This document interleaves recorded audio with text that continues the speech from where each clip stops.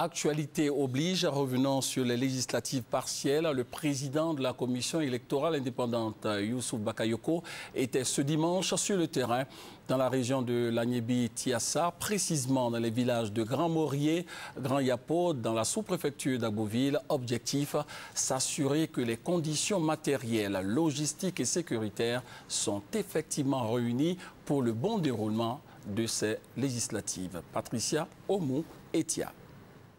Accueilli à l'entrée de la ville par les autorités de la localité, Youssouf Bakayoko, président de la commission électorale indépendante, a fait une brève escale à la préfecture.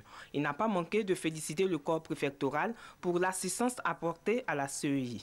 Séance de travail au siège de la CEI locale avant de se rendre au groupe scolaire de Grand Morier. 7 bureaux de vote, 368 inscrits. Dans ses échanges avec les agents électoraux, le président a constaté que le matériel électoral lourd et léger, ainsi que les stickers, étaient au grand complet. La délégation s'est rendue ensuite dans les villages de Grand Yapo et Petit Yapo. Selon le président, le scrutin se déroule bien à cause de la présence effective des forces de l'ordre, des forces onusiennes et les représentants des candidats. Ce qui est important, ce n'est pas tellement le taux de participation.